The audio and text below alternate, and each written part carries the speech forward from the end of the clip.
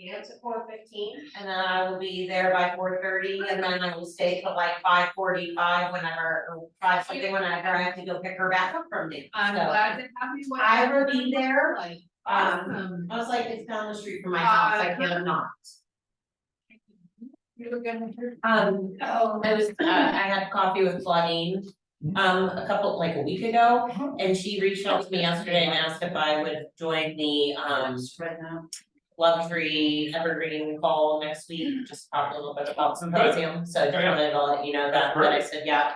And then our next one is, December. yeah, it's always the first Wednesday, second, I can look at it. We're only having one team rally in December, so it's right before that one, so. No, I'm talking about my one, guess what? Oh, yeah, and let me know Castle Rock in advance, and then Nikki will be back from her vacation too, so. I think it's the first Wednesday of. Okay. And then we'll put together, we'll kind of put together our notes of what we wanna convey. It's a whole and Awesome. Chick-fil-A soft thing. Oh.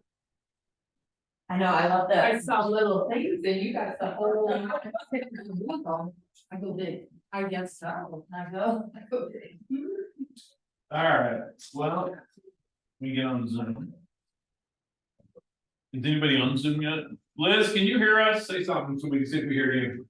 I can hear you. Yes, I'm here. Thank you. Yeah. Hey, keep it down. Trying to work in here. I didn't think she was ever gonna crawl. I thought she was gonna go straight to I didn't find with that, I didn't crawl. I don't know if that explains a lot. a team round. I mean, now we get a lot of things. It all, oh, I got help, right? Other people do that. And now we get a little afraid. Might be too much. No, it's never enough. I got a box of my dad's stuff. I still have here. I'm getting rid of everything. Wow, like, do you keep your trophies and your medals and all that stuff you have as a kid? I just gave them all to my kids and. You gave your trophies to your kids? No, theirs. Oh, that yeah, I there's paid the, for. yeah. Yeah, your kids, here are I my. don't even keep. I don't keep. Oh, look. Award thing. They're all, they're stacked up on the shelf. All I mean, I don't even know. my medals and I had like 3 trophies and. Oh, I had, like, so what I did do at one time was when I first moved into my house, because I was 22 years old. I had a bar downstairs and I had this shelf along the top, and so I put my trophies all around the top. And then one day I was down there, I think I was 30 something, and I looked and I'm like, oh my God, Kevin, these are all high school stuff. What are you doing? I don't have anything from college, because I obviously studied college. Yeah. Mine was high school stuff, and I got rid of everything. Threw it away, or I couldn't even remember. I mean, it's possible they're all in a So I box. have to keep it. It's possible they're in a box somewhere. I don't know. Like the other day, I uncovered this box and it was my high school diploma, college diploma, my master's degree, all this stuff was in this box. Those are the only ones I wonder. That's supposed to be aging these. I don't know where I ever use them again for, honestly. But it just feels weird just throwing that stuff away. I looked at my dad's box and I didn't realize I have his high school yearbooks, like that matters, I don't know. I actually still have I do have my high school yearbooks. Mine, Weird. that's what I did. And what's really funny is my first year I was at York High School in Virginia. And one day I was watching the Today Show and Katie Couric, they were talking about where she went to high school. She went to Yorktown or York High School. And I didn't graduate. I was just there my freshman year and then I went to Aurora, moved to Colorado. And she said the year she graduated, I was like, it's only 1 year ahead of me. I looked it up and sure enough, she was in there. She was in there. Yeah, I think you have to kind of. Yeah, it's kind of weird. It is kind of weird reading some of this stuff 30 years later. You're just like 35, 36 years later, you know, I'm 38. And looking in there and like, oh my gosh, I remember this for Oh, I bet those. I called my old roommate from college. He sent a well, we're gonna start in just a couple of minutes, so everybody knows. What? He sent a flyer, he's in acquisitions, he sells business. I mean, I could. And he sent a flyer to my Catholic office, wanting to know if I wanted to sell my business. And Val recognized the name, so she took a picture of it, so I called him. And I just left a message, I go, is this I want to hear from Gateway High School, and you know, all these. Yeah, and he said, the second you said, is this cat, I knew exactly what it was. And we had to talk in over 20 years. All right, well, let's go ahead and get started. Oh, no, That's not a good way to start my day. So the game plan today is, and I think many of you have been in this class, I think you've been in this class before, I think certainly in three. But we're here again. The agenda is we're going to talk about tax strategies. They call it tax tactics. And what type of entities are available for you to use and why. We're also going to talk about expenses that are available to you and why under the different entities. So I guess what I want to do first is to take a quick poll as to who has an entity already that they're using for their business. Okay, 2, 3. Anybody online? 4. Anybody else set up an entity? All right, so the entity that you set up, what was it? What is it? You have a sub S, okay, sub S. Got it. I don't know the answer. Okay, definitely want to find that out. Do you have an EIN? Go ahead. LLC. Yeah, but what kind, how is it being attached? Is it a sole proprietor or a C corp or an S corp?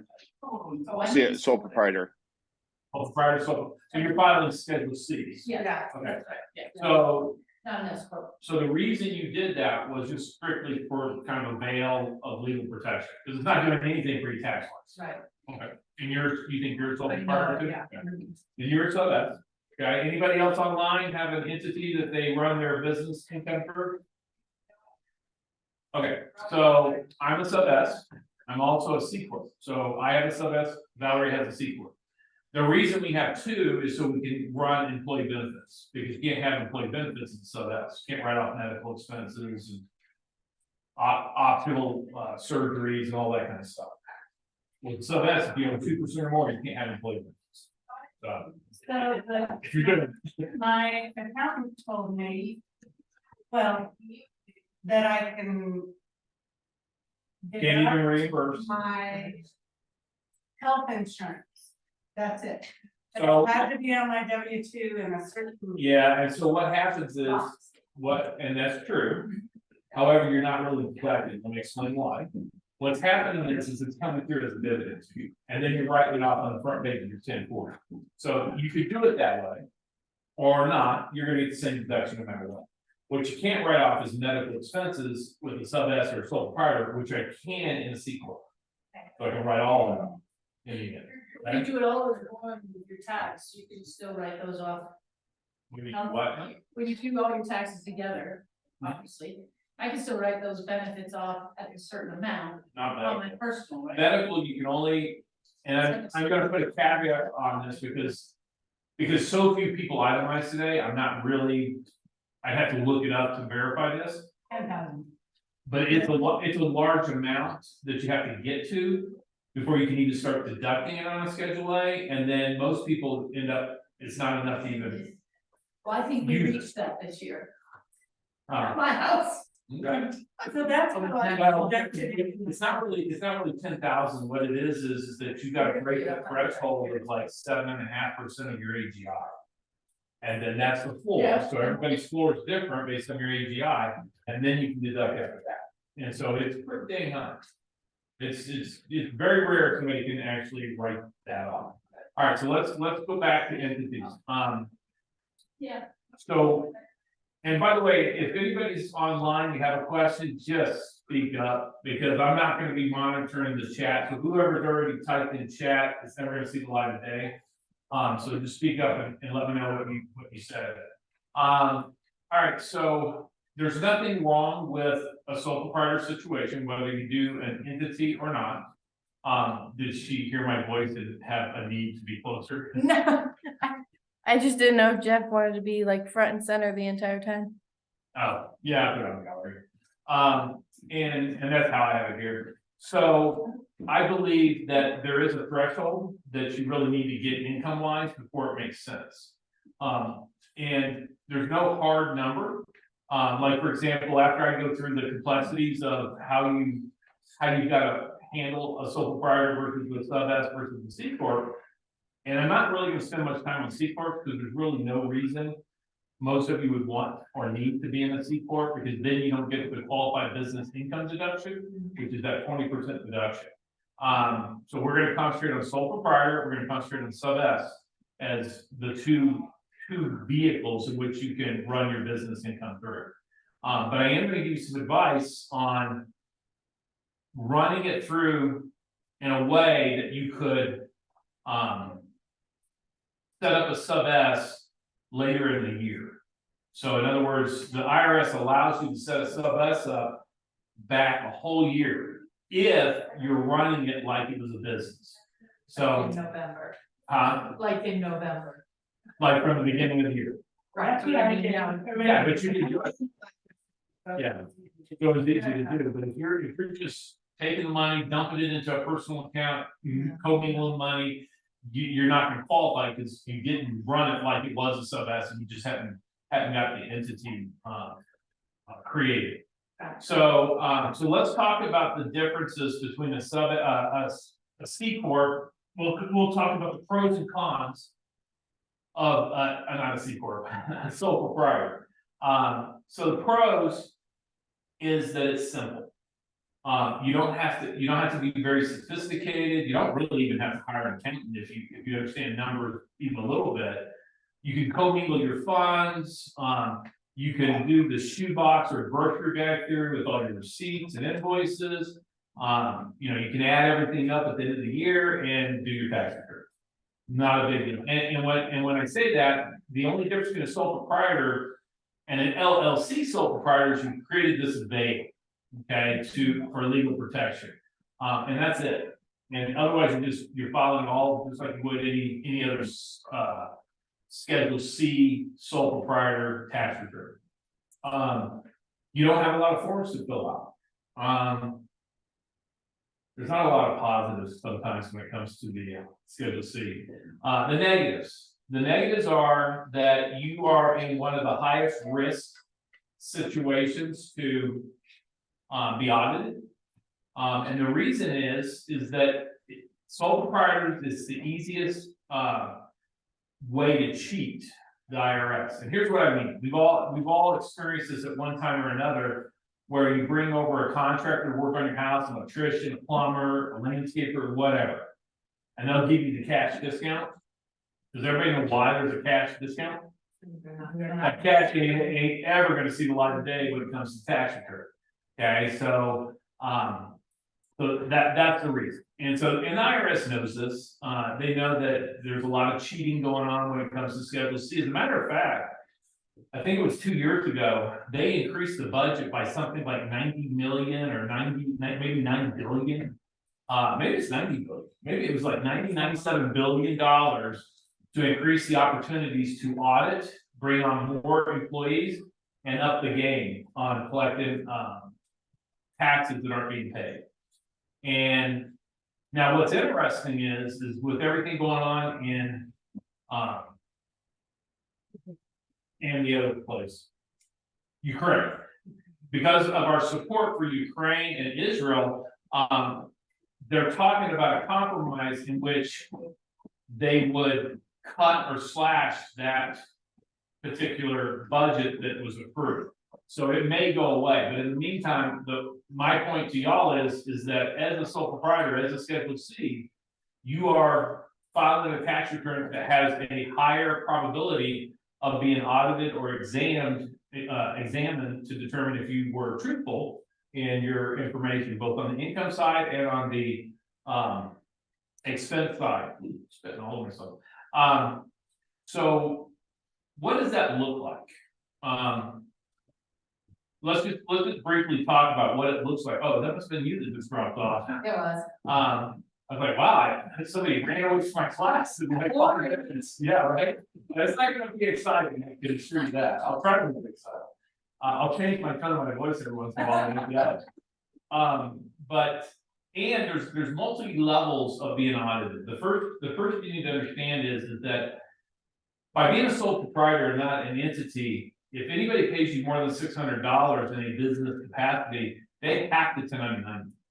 And so a 1099 basically means that we are acknowledging how much we paid you, and we're sending that information to the IRS. We'll send it to you, but we'll send it to the IRS. So for like, if you have an entity, we don't 1099, so you don't get a 1099, you should. Right. But if you're a sole proprietor, you get a 1099, and that's because it's a requirement by the government. So that is another reason that you may want to do that. They're going to match up your income on your Schedule C to the summation of all your 1099s, and if you don't have enough in there, you're going to receive what's called a mail audit. Everybody's gotten it, I've gotten it, and that's the letter that says your tax return is incorrect according to our records.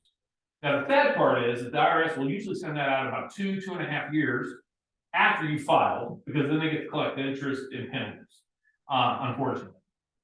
The challenge that you have as a broker is if you aren't keeping accurate records, and you become habitual in making these mistakes, you raise your hand for a little bit closer examination of your tax return, which could include an office visit. And that's when you get the letter that says, hey, we looked at this year's tax return, we looked at the previous year's tax return, and we find that you have a habit of understating your income or overstating some expense.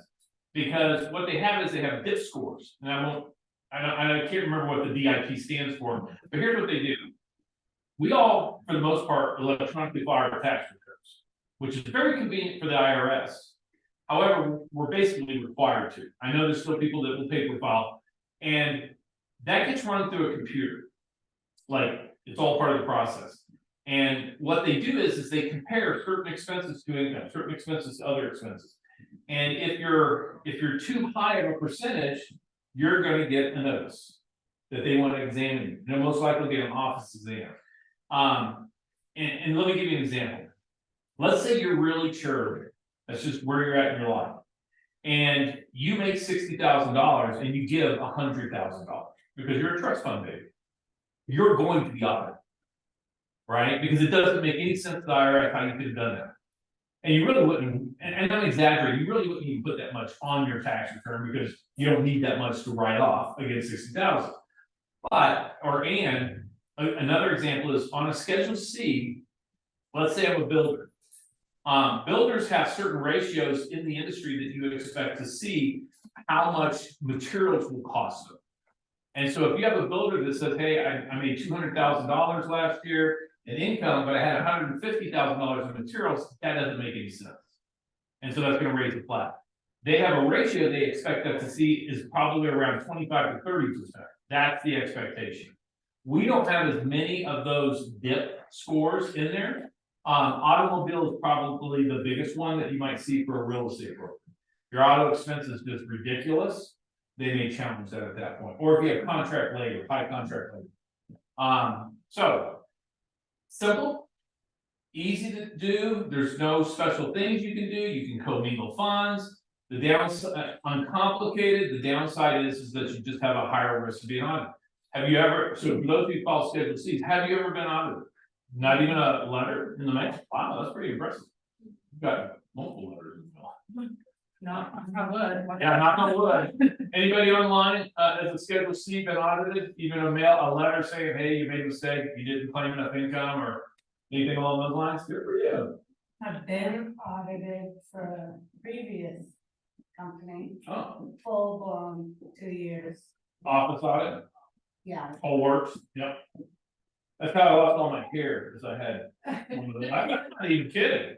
I was working with a guy that they were investigating, I didn't know it, and they were investigating them, so I got sucked into I had to hire a tax attorney, And it took me 3 years. I mean, I got through it fine in the end, it's just stressful. And mine was, by the way, there is another level, it's called the field audit. Now, on these audits, and by the way, the field audit, they wanna come out to see your house and all your goodies.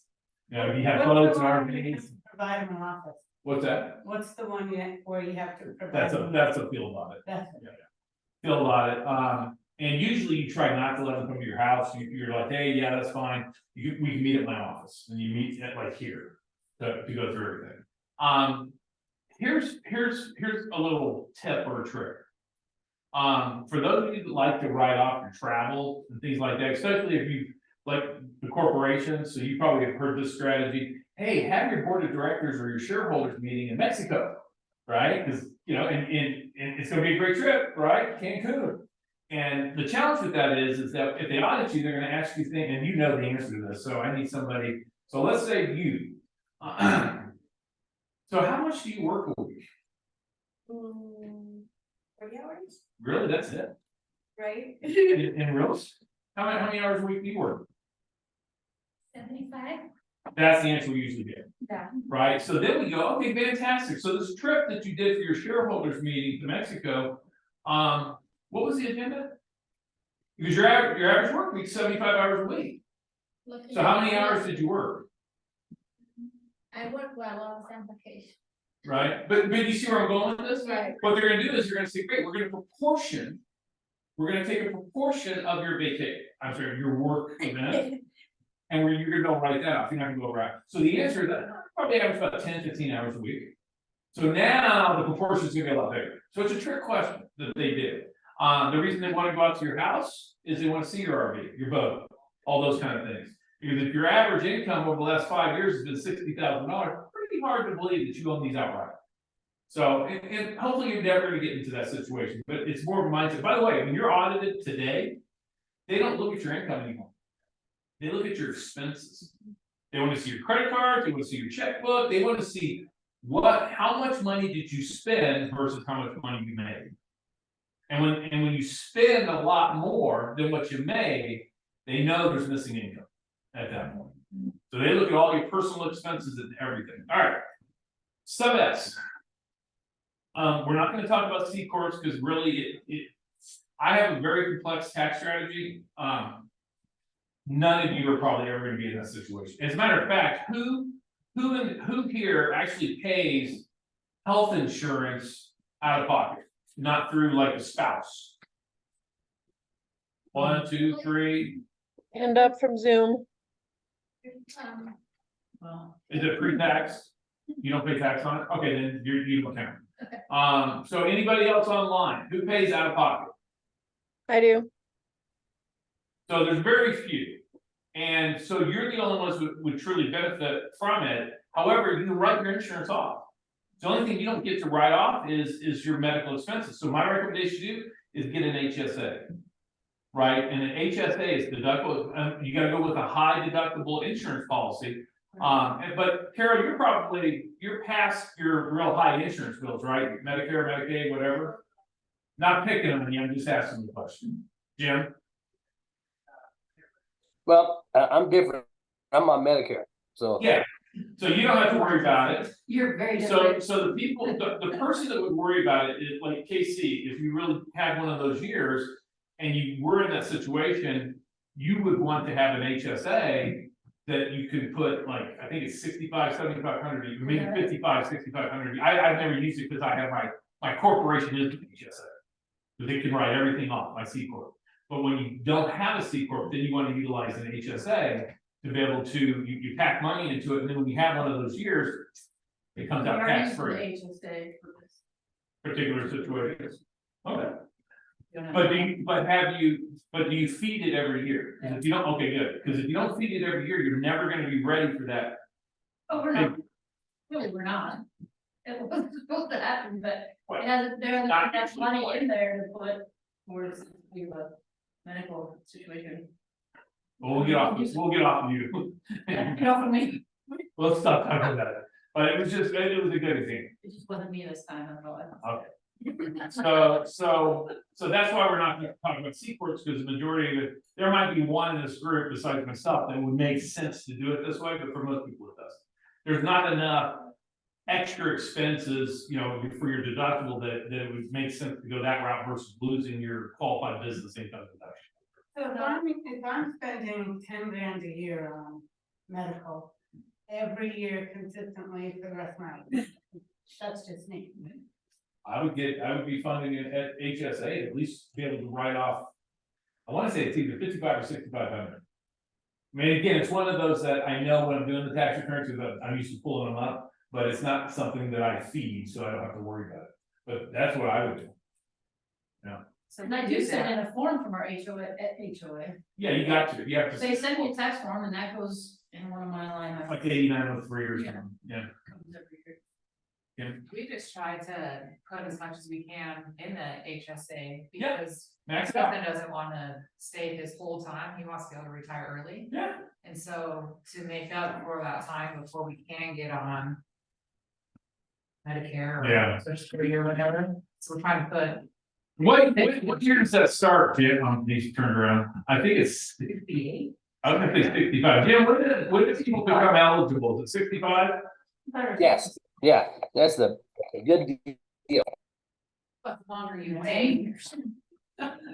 There's I only one don't know about thing. that. Yeah, I don't know that social security matter. Yeah, social security matter. But not necessarily that. So Yeah, let's, before I got on Medicare, you know, self-employed insurance premiums are very high. And, you Yeah. know, they are deductible, you know, but self-employed people get stuck because we're paying the full amount. But, for people that are younger, that Medicare is probably the best thing there is. I think we pay $39 a month. yeah, no, it's a good deal, there's no doubt. Depending, I don't know what the level of care is, but, so let's talk about sub S, as a strategy. I'm gonna say approximately. I'm gonna say approximately about 100,000. When you're to a point where you're netting roughly 100,000. I think it makes sense financially, and I'll run through some numbers on that too. If you've been in my classes before, I think I've always been saying 60,000, if you net around 60,000. I think 60,000 is more of a break even in all reality. And the more I'm hearing what accountants are charging, they're charging more than I thought. I didn't realize they're charging thousands and thousands of dollars. That's not what I was charging. So it may be a little bit higher, but we'll actually run through kind of a case deal of the differences between if you're a sole proprietor or sub S, and where it makes sense for you. And here's the deal. I've taught this class many times over the years, and I'll never forget this lady by the name of Kim Bauer. When I was done talking about all the things you have to do if you have a sub S, I will never, ever be a sub S. I don't care if I make $200,000 net. So, you know, complexity creates problems for some people. And so if complexity creates a challenge for you and you're not willing to pay somebody else to handle the challenge, then you may always be a sub S. And Jim, I think just to put you on the spot, I think the Kesslers told me you are still a sole proprietor, right? You don't have an entity? Yes, Yeah. yes, So worked out good for. We have a lot of. you keep going in and out on your mute button, just so you know. We get like 3/4 of your I'm sentence. sorry. No, I'm sorry. No, we have a lot of deductions and, but we've never been audited. You know, my feeling is if you pay taxes, you're not gonna get audited. All right, as long as you pay enough. No, that's pay enough. All right, so sub S. Pros. Pros are that you're eligible for, I'm sorry, so for the sole proprietor, you're also eligible for the QBID. And I will say this, as a sole proprietor, your QBID is actually bigger. What is that? QBID is from the Trump's Tax Act. I don't know what they call it, Affordable Tax Act or something. I have it here. Qualified business and. Qualified. Yeah, it stands for Qualified Business Income Deduction. So it was all part of that act. And who do you think got that for you? NAR. Oh. NAR got that for you. Just, I want you to be aware of that. They went and because here's the deal, we're a service industry. We're one of only 2 service industries that is allowed a QBID. The other one it's not attorney, it's architects. I was stunned, it's not attorneys, it was architects that gets the QBID, and us. Not to change the subject, but we have to remember that NAR as the entity and what they do for us is different than the people that are being run through the ringer. Well, he stepped down too. Yeah. All right, so, you get the QBID, one of the things you can do is you can fund your SEP through your sub S, but then it'll flow down through as a dividend. In the end, so you actually take the deduction on the front page of 1040, like your health insurance. Say that one more time. Your SEP, I always fund my SEP that way, and then it flows down, it still comes down to your personal tax return. Oh, simplified employee pension. I like that one, I like the SEP much better than an IRA, because IRAs are capped. SEP is 25% of your earned income up to, I think it's 140,000, if I remember right. So you can 130, 140, somewhere up in there. So you can sock away a lot more than just your typical, IRA. Now you can do a 401k, but that's hard when you're a single, sub S member, and you have to pay bank fees to administer that. So SEP is very simple, I guess that's why it's called simplified way of setting more money aside. Now you can do that, again, you can do that either way, sole proprietor or sub S. Here's the difference though. When you fund it through the sub S, you're saving your social security tax. When you do it with the sole proprietor, you can't do it through the self-employment, it's gotta be done after, so you're gonna end up paying your self-employment tax. So there's a trade-off there, you get a bigger QBID, but you're not able to write off or save the social security tax on that money. Now here's the interesting thing that I want to talk about. Most people, when they set up their companies, they set it up as an LLC. And I think it's just, it's lack of true knowledge and of understanding what entities are and why they exist and everything. So I'm just gonna give you a little history lesson on LLCs. LLCs were invented to help partnerships out. Because what was happening is you have what's called, what's the majority partner, what's that person called? General partners. You got general partners and you got limited partners. And the problem that people were finding is when they got sued, limited partners were getting sucked up into the lawsuits when they really weren't supposed to. They had no ability to say anything or, direct the company or anything, but that's not how the law interpreted it. And so they felt everybody was going to be liable. So the idea is to, a lot of times what will happen when people decide they want to do something, usually the person that has the great idea has no money. And the people that have money don't have the great ideas. So they wanted to put those two people together. And the way they put them together is they created this concept called limited liability company. And they defined it. And this was all done at a state level. So each state, and I believe most all states have LLCs, but there was a time when there was only like 20 states that had it, like back in the 80s. There was only like 20 states that had LLCs. And so it kept populating out as other states realized how great these could be. And so I use the example, I'll make one up. Kevin Costner. So Kevin Costner has lots and lots of money, right? And somebody comes up to him and says, hey, I got this fantastic idea. I want to open up a war park and we'll arm everybody and they're gonna shoot real bullets. What could possibly go wrong, right? And so Kevin's like, hey, you know what? That sounds like a great idea. Casey, will you run that for us then? It's your idea, so would you do it for us? And so Casey's like, yeah, it's fantastic. I will be what's called a managing member. Every LLC has to have at least one managing member. And do you know why they have to have one managing member? That's the person that's going to get it. Right? Somebody has to take the spear. So Kevin, in some states, the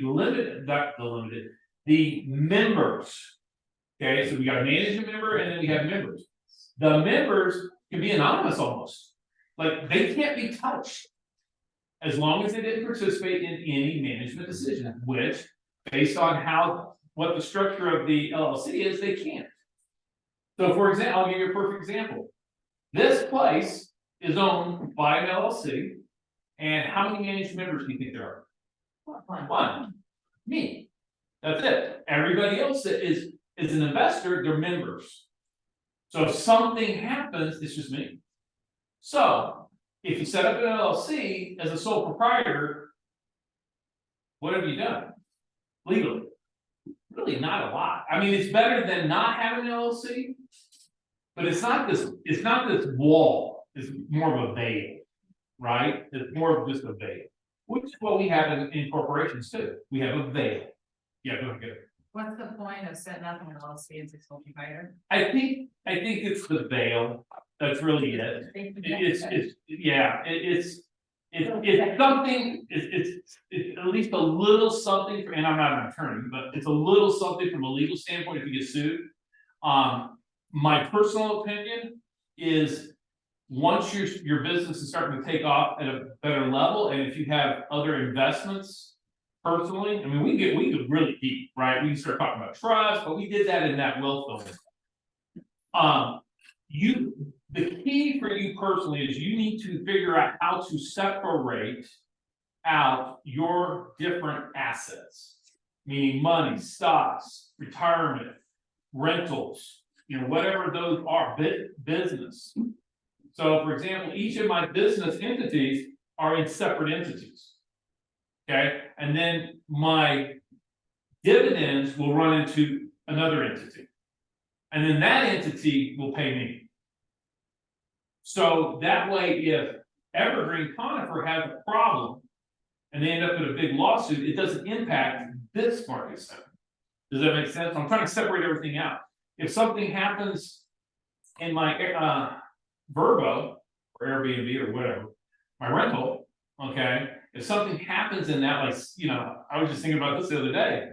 So there was a couple that were from Italy. And this didn't happen to me, but it happened at this place where I was at. And where we're at, the water line can get really low because the tide can shift up to 7-8 feet, depending on if it's king tide or not. And they came flying in on a boat.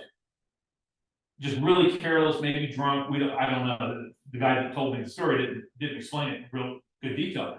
And what happened is they hit the ground. Everybody flew forward, because the boat went up, the boat came back down, she flipped out and got chewed up by the propeller and died. So what happened? I'm not trying to gross you out, No. but what happened? So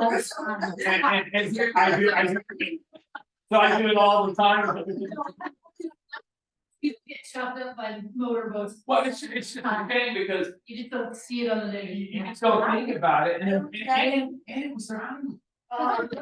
So. It wasn't meant to be.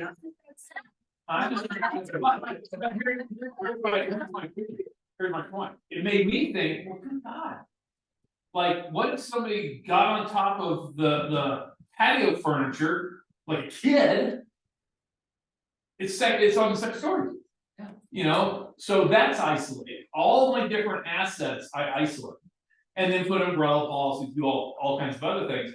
That's kind of the key with this as well. So when you do a sole proprietor LLC, I don't think it's as good in isolation as when you do an LLC sub S. Now, my sub S is not an LLC because I created my sub S back in the early 90s, 91 or something, 90. And the same with my C Corp. Both of them got set up way back then. LLCs were just coming up, right? They were just starting to be the thing. And now today, if I were to, it was just like when I asked, was it Jeff? I asked Jeff, what kind of an entity? And he goes, LLC. Well, the federal government doesn't recognize LLCs, right? They recognize that you're an LLC taxed as either a C Corp, an S Corp, a partnership, or a sole proprietor. And so that's just how their tax is. They're an LLC with the veil But unfortunately, they're like, their nose is right against the veil because they're the managing members. Yeah, You mentioned umbrella policy and I can't hear anything else until I ask this. You said umbrella policies. yeah, so I have, so you can have it. I have it on, well, you're right, it is only one. Okay. Yeah, you're right. Matter of fact, it's interesting because it made me think, well, what if I have an umbrella policy on my, you can't get it. No, I did try it.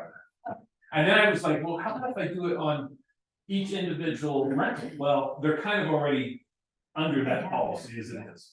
All right. So, What, yes, if you have your company name, so you have my company name and then you could put LLC, what if it's limit LTD? limited used to be used for like partnerships, corporations. It's just another type of, like it used to be like before we did LLCs, I'd go, okay, I'm a corporation. Okay, great. So it's what Inc., Corp, LT, Limited, how did you finish? It's just part of the title. That's what mine's listed of now. It's just your name. It doesn't mean you're not an LLC, a limited liability company. That's just part of the name you called it. Like the name of my company is my C Corp, no, my S Corp is KD Wilson and the and symbol Associates, comma, INC. Now, I could have done, no, it's not incorporated, it's INC. See, but that's just the name. And it makes a difference whether it's capitalized. Yeah. whether it's- It's however you It's the wrote name. your name. It's just your name, that's all it is. So it'd be like Kevin Damon Wilson. 224193064. That's my identity. Social security. But this is my name. This is recorded. Oh, no. But you see where I'm going with it? It's just your name. He said it right. But it has to be associated with a number. And those have to match. The name has to match, so, because you could have called yourself anything. This place is 5701 Yukon Street, spelled out, I believe, spelled out, comma, LLC. Now, I could have named it something else if I wanted to, it's just, Companies LLC, because that was years ago. well, I think most LLCs do LLC, but in the day, back in the day, corporations might be called Inc., they might be called Corp, they might be called Limited, they might be called PC, Personal Corp. I mean, there's a lot of different options you have, but your entity is your entity, so you're an LLC sole proprietor. And make sure. Yeah, they have to match up. Right, and nobody else can have my name, Right. Exactly. I think that's why I That's was why you have to looking at remember like mine's not, exactly how you are, because I could come along and do 5701 Yukon. And people have- T, comma, whatever. And that's why you everything don't get else. And I LLC. think I I'll can give do that. I'll give you an example, Gravinas. I don't know if you Yeah. guys have heard about that. But Gravinas is a well-known, whatever they do, somebody came along and did Gravinas something, Gravinas cabinets or something. And so literally in their ads, they're like, and this is the real Gravinas, be sure you spell it out, because there's somebody else out there feeding off of their advertisements legally. So like mine's not K, so here's what mine is, K space D space Wilson and symbol Associates, comma, and I could have done Assoc, but I didn't, comma, Inc. It's not K, no space, it's not K period. You see, So anyone could go in there and put a space, take the space out or. Good. Good. Yeah. And then that's why you file patents too, and protect the names and so forth. So if we have an LLC, should we be running our like commission checks through the LLC instead of just our name? So here's the deal, you have to fill out a W-9 for the office. Mine Whatever just you, come in- however you fill the W-9 out is how we're gonna write the checks to you. And whatever entity number you gave us, if it's your social, then we're putting it under your social. So if your intent is you want it to be in a business and run through a business, then you gotta fill out the W-9 and give us the business name and that ID number, what's called an EIN. And then we won't issue a 1099 to you, because we're not required to. We could, but we don't. We don't have to. So where's the benefit of it? I just, You're not being entitled to the IRS on how much we paid you. I'm not saying cheat, that's not what I'm saying, but it limits the exposure. Like, for example, one of my tax strategies is at the end of the year, maybe a big chunk at the end of the year, I'm a cash basis taxpayer. I don't submit my checks for deposits. I hold them until January and then I deposit. So I'm deferring my taxes. If I was a sole proprietor, I would have received a 1099 and they would match it up and say, oh, look, you're off. You didn't claim enough income. But as an entity, I'm not 1099. So you see the difference? Yeah. So you can control that a little bit. The other thing is I want as little as possible going to the IRS with my name. Right, and that's just another 1099, it's the one to the IRS with my name. And I don't want my name going to the IRS, so they can, and then it goes, think of it as, you got a filing cabinet, you got files in there, and they stick it in, oh, here's your W-2 file, here's your 1099 file, here's your 1099 ENT, here's your 1099 BID, here's your 1099B, you know how many forms go to the IRS with your name on it? Right, and then that's just another one, that's a 1099 NEC. Used to be miscellaneous, but now it's NEC, non-employee compensation. Does that make sense? So that's all. And here's the thing, you match it up on a regular basis. And when they find an error, that's when you get mail audited. That's why I'm saying just about everybody's been audited. You just get the letter in the mail that says you made a mistake. And if you don't think you made a mistake, tell us why. Right? And if you agree, just pay this amount. If you, I've got one right now. I've got one right now for my son and his friend who started a business, didn't file the tax returns in a timely manner, and the IRS passed a rule, a law, whatever you want to call it, a code, about 6-7 years ago, that every day you're late on filing this return, that has shareholders, so sub-S partnerships, is meant to be punitive to the entity to file your tax returns on a timely basis, so that the partners can get their K-1 and file their tax returns. It's $100 per day per shareholder. Well, they were like, oh, well, I can't make fun of them. I'll tell you why here in a second. And so I said, guys, you're gonna get penalty of $1,000. And I can't remember the excuse. I finally filed a return for them. They had somebody they were hiring and just never got it filed, never did it. I don't know why. We got filed, we got sent in. So you're gonna get a notice.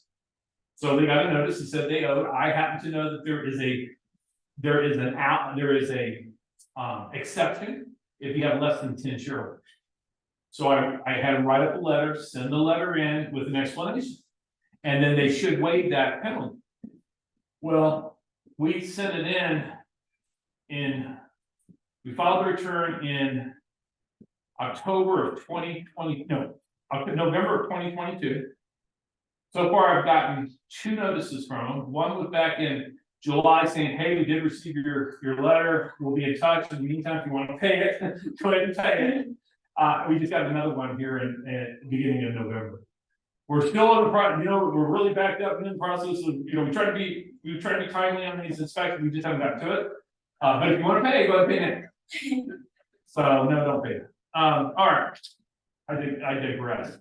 So back to sub-S. Did I answer everybody's question? Mm-hmm. Okay, so back to sub-S. With the sub-S, again, some more of the pros. You've got. Pardon me, my brain's locked up. Well, let's go to the cons. All right, the cons. Oh, and by the way, so what's going to end up happening in order for you to be able to do a sub-S, you do need to understand that there's 3 requirements for you to be able to do a dividend.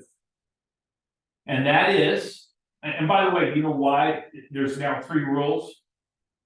Because of people like me and lawyers and doctors and some other people that said, hey, you know what I think I'm going to do? I'm going to set a sub-S up, and I'm going to put my business income in there, and then I'm going to pay myself $10 for my wage. I'm going to take everything else as dividends.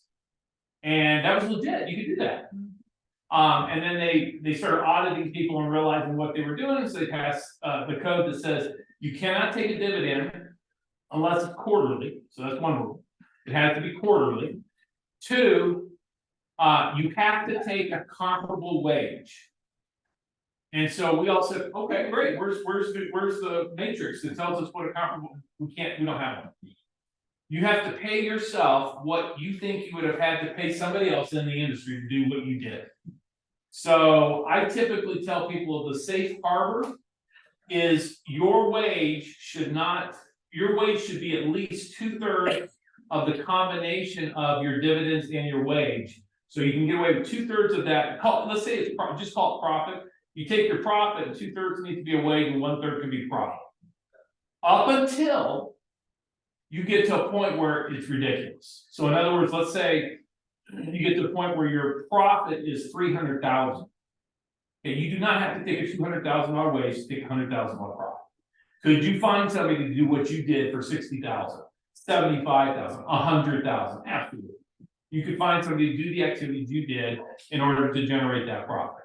So until you get to that point, 2/3, 1/3, and you'll be safe. By the way, on the dividends, because I know because I tried this as well, you can't take loans against it. So you can't like take money out and say it's a loan, and then on the quarterly, you do the dividends and pay the loan. But trust me, when you get a master's degree in taxation, I think of every possible way that I can minimize. And by the way, this is important. We are never trying to avoid taxes. That's against the law. Okay, that's a felony. We are always allowed to minimize our taxes, defer our taxes, only pay our fair share of taxes, but you are not allowed to avoid taxes against the law. Just a little legal side bit. Disclaimer, Little disclaimer. legal disclaimer. And we really. By the way, I'm not a lawyer. Well, you just said it's being recorded. The last thing. I think what, this is real, so when I first got into the real estate business. There are very few brokers that are CPAs. And so back in the day, we ran ads, like we legitimately, you would, that's how we market ourselves, we ran ads. And so I ran this ad. And hopefully I don't offend anyone. And I would make fun of my CPA, kind of sort of, tongue in cheek. And one of my ads was this, it would say Kevin Wilson, CPA, broker elite, whatever, and then I talked about stuff. And so it'd say Kevin Wilson, CPA, parentheses, not to be confused with Clinton's personal advisor, in parentheses. And when I ran that ad, it was when Monica Lewinsky issue was going around, and it was a big deal. So that ad got sent to the board of accountancy. I got a letter of censorship. So anyways. Was it effective though? Huh? Was Did it? you get? No, people love my people love my ad, but I just wrote back and said, not a problem. I said, but we don't have to take ourselves quite this seriously, right? But I accepted the fine and was done. I wasn't gonna fight it. All right, where did I leave off? Okay, Cons. Benefit. no. You switched down to benefit. Yeah, so well, let's go to cons. We pretty much covered the benefits. Cons. Yeah. Was that last one was just split. Oh, the third thing. Yeah. The third thing is you gotta be able to justify profit. And I will tell you right now that CPAs and accountants fall in kind of two different fences there. And so when people call me or text me or email me, like, hey, do you know a good accountant? I don't know a good accountant, because I am, right? So I don't really, we don't all hang out together, and it doesn't happen. I don't know a good one, I don't know if I'm one, but I. Here's always my suggestion, just send an email out to other brokers to find out who they're using, because whoever they're using understands that we do generate a profit. And I'm gonna explain how we generate a profit here in just a second. But you will find certain accountants and CPAs are gonna be like, because how would we ever gotten a QBIE deduction if they didn't believe we actually have a service industry that generates profit? And so every once in a while I'll run into a broker who says, well, I talked to my accountant, he said, there's no way I can take dividends because everything, because here's the rule. If you were not to go to work, will you make money? Will you? Yes. Yes. How do we make money? Closings. Closing, but what are we closing? Are we selling a product? Yes. Right. And we don't own the product. We're selling a product that we're receiving commission on. And that's what some CPAs are like, well, but if you didn't get up and go do something. No, she showed my house, she wrote the contract, I slept in that one. So I want to buy a house and the thing that I guess I don't understand is that I need the 2 years of pay stubs, right? Or like to show where that money's coming from, but I haven't had a. Do you have a W-2 job? I have, no. Well, then it's not pay stubs, So it's like, you need right, 2 years of tax returns, 2 years of tax returns, okay, so That's what after you- this year, then I can. depends on what your tax return says. Right, right, so like, but now I can actually show something with. That's all. It's gonna, so let me give you an example, which will be, you'll understand when I'm done. Yeah. So, let's say I have a job, and she has a job, she's making 200,000 a year, and I'm making 20,000 a year. Okay, I've got what they need, but I'm not making enough to get what I want. You see the difference? So that's what I mean by it depends on what your tax return says. Right. You gotta have two, so the requirement is I gotta have a pay stub, or you've gotta have 2 years of tax returns, but then it's what's in the tax return that's gonna help determine. So that's where you need to work with Mitch to find out what the minimum level is, because here's the problem. And this is a problem for everybody that's a sole proprietor. What do you wanna do as a sole proprietor on your tax return? Minimize the amount of tax you pay. So that means you're gonna minimize the amount of income you're gonna show, which is counterintuitive to be able to get your loan. Because now you may not qualify for the loan because you made your income too low. Now, hear me very carefully, because this is loan fraud. You can't go back and amend your return and change it so it looks good then to the tax, to the lender. So what you wanna do is, if that's your plan, you need to work with the lender ahead of time. You may not wanna be deducting all your expenses. You may wanna pay higher taxes now to get the house. Okay. Now, this is being recorded, so I'm gonna choose my words very carefully. To go back and amend the returns and fix it's loan fraud. Does loan fraud happen? Yes, but that is loan fraud. I have known people to file returns, not minimizing their tax returns. Got their loan, got into their houses, and then said, oh my gosh, I had another accountant look at my tax returns, and now I realize I didn't deduct some of the deductions I should have deducted. Okay, so I am not advising you that would be a strategy. But here's the thing, if you file tax returns to minimize your tax impact, which is what everybody does, that may hurt you in order to qualify for a loan. So you need to be talking to Mitch now to figure out what is the minimum level of your income needs to be in order to do it, or two people, or however, whatever your situation is. Yeah. All right, back to sub S's. So we do show a profit, therefore we meet the 3 criteria. Cons, here's the cons to sub S's. They can be complicated. They're very restrictive in how, in how you get income out of them. You can't commingle funds. You need to have a separate bank account. You need to write your business expenses out of that bank account. You have to receive a wage, which we talked about, which means you have to file a W-2 and a W-3. The W-3 is just a summation of the W-2s. Those get sent to the IRS. You can actually do all this, but you have to do a W-2, W-3. You cannot be a 1099. Okay, you can't just pay yourself as contract labor. You're an employee, and by being an employee, you have to pay an employment tax. Okay, so that's the Colorado, that's the SUTA form, State Unemployment Tax Authority, and they have their own special form. You pay that quarterly, unless you make too much, then you pay it monthly. And FUTA, which is Form 940, at the end of the year, you pay your federal unemployment called FUTA. And then quarterly, you have to fill out a 941 form. 941 form is the money that you withheld out of, because here's what's happening. With a sub S, you can't have employee benefits, but you can write off half of the FICA expense. So let me give you an example of how much money that is. So let's say you had a $100,000 wage. Your self-employment tax, so $100,000 profit, your self-employment tax would be $15,675. Okay, part of that's Social Security and part of that's Medicare. But combined, as FICA, it's $15,675, 15.675. Well, that number seems off. 15.675. And that's both halves. Okay, well, as a sub S, you can write half of that off as an expense of the company. Because when you're an employee, the company matches your FICA. Oh, it's 7.65 plus 7.65. What does that add up to? 15.3. So it's 15,300.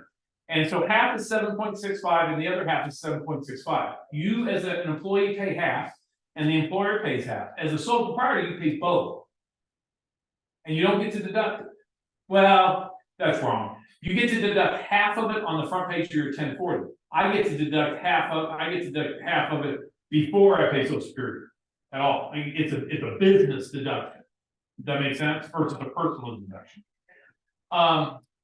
Let's see what else. And then so you're gonna file a personal tax return, like you always would, and then you're gonna file a corporate tax return, both to the federal and to the state. For me, it's a matter of fact, forget me. Who has a CPA or an accountant that they pay somebody to file their corporate taxes? Okay, or tax returns. So I'm gonna use you because you have both personal and corporation. How much do you pay for your personal return? How much do you pay for your corporation? Roughly, just roughly, ballpark. I'm not even. Okay, Kim, Pay $360 for your personal return, How much? 360. but not your business, but I not know. a corporate return. I know my corporate was, I was a sole proprietor. Right. At least 1250. Yeah, I was gonna say, how- Like 1,500. for your personal Not my return, personal, but I have my personal on the trust, okay, and then, so this side of it's 1,500, and then the business side is like 11. you're paying too much. You're paying. Mine went up from 250 just because I added a few rentals in there. Yeah, I would have said, you're actually right in the ballpark, you're paying too much, you're probably about right. But you're paying, like I charge 500-ish, 5 to 6 for trusts and corporations and so forth. If you're a sole proprietor with a couple of rentals, you're probably around 400. So They for charge me, me more for my trusts and 401k stuff to run, like pay. I think 401ks are the biggest ripoff from an admin standpoint and everything else. You know, that's why I do steps. I don't do 401ks. With Do you that, charge extra for a spouse if they're on there too? Oh, yeah, that's. that's pretty ticky tack, but see, I'm pretty broad, like, This is easy anyway, W2. oh, he's doing it separate? No. Oh, yeah, no, That's all. no, that would include that. It honestly be about the same whether you're married or single, Yeah. you know, it's yeah, it's not that much. And unless you got a very, very complicated trust, the trust is really just a corporation. There's a lot in it. There's. No, there's a lot in it because it's just What is it? K1, so it's not that big, most of the stuff pre-populates. The hardest part of a corporation is the schedule L and M. And you gotta balance sheet, you gotta match your capital accounts up, and there's always something wrong. And you gotta figure out what happened, and you gotta account for the cash in and out in the end. So it is, I mean, that's my point, it's complicated, you're not gonna do it yourself. You've got to pay somebody like me, and you're not paying me. I've already had people ask, and no, I'm not looking for anything. I got more than enough on my plate. Just one more. As a matter of fact, here's, you know what I do? It's like, make a mistake. Like, don't send your payment in on time. Upset my wife, you're gone. And you just get hey, I'm sorry, I can't handle your business anymore, click. Cause I'm just looking for reasons to get rid of people that I'm working. I just don't have the bandwidth. And so I'm slowly dwindling it out. My biggest thing now is I'm doing like 15 pro bonos. All my kids, my parents, her parents, brothers, sisters, moms, dads. So I'm doing all these free tax returns. I get my taxes all by myself up until I. Up until it's complicated. Well, up until it's complicated. Once it gets complicated, that's what creates problems. So that's the biggest reason I hear for people. They're like, I'm not gonna do it. So if I had to guess, roughly, I'd say you're probably spending by setting up an entity, you're probably spending about 3,000 to 5,000 more in accounting, possibly payroll service. And all the forms that need to be filled out, plus the tax, oh, no more than that, yeah, what did I say, 3 to 5,000, yeah, that includes the tax returns. So you probably spend about 3 to 5,000 more by not being a sole proprietor and being an entity. Okay, You still have to gather all the information. yeah, you got to all work, Oh, yeah. and you can't co-mingle, you can only get money out 2 ways, there isn't another way, it's very complicated, I'm not even gonna go down that money path. It has to do with renting assets and things like that. But a wage, so you're doing a payroll check. And dividends, which you can pay out quarterly. I pay them out twice a year. No, it's No, fire. yeah, that's a sole proprietor. You can't do that in a corporation, yeah, So the sole proprietor now, can I anytime you want. issue a W-2? No. No. You can issue a W-2 to somebody else, but not, No, to somebody else, like if I want to open up an account for my kids. And then do a W-2 to each one of them. I wouldn't do that, here's what I would do. I would pay them up until their standard deduction. I think it's 13, it's roughly 13,000, I think. Okay. Again, this is the number I looked up normally, you know, I don't memorize it. Tax free. I think it is. You don't even have to pay self-employment, they don't even have to pay self-employment tax because they're related to you. But I still have to issue a W-2 to them. No, you'd have to issue a 1099. Right. Because You don't have a. Right. But here's the deal. If it was me, I wouldn't issue the 1099. Because it's gonna be complicated for you to be able to explain to the IRS in their tax return why they're not paying self-employment tax on that 13,000.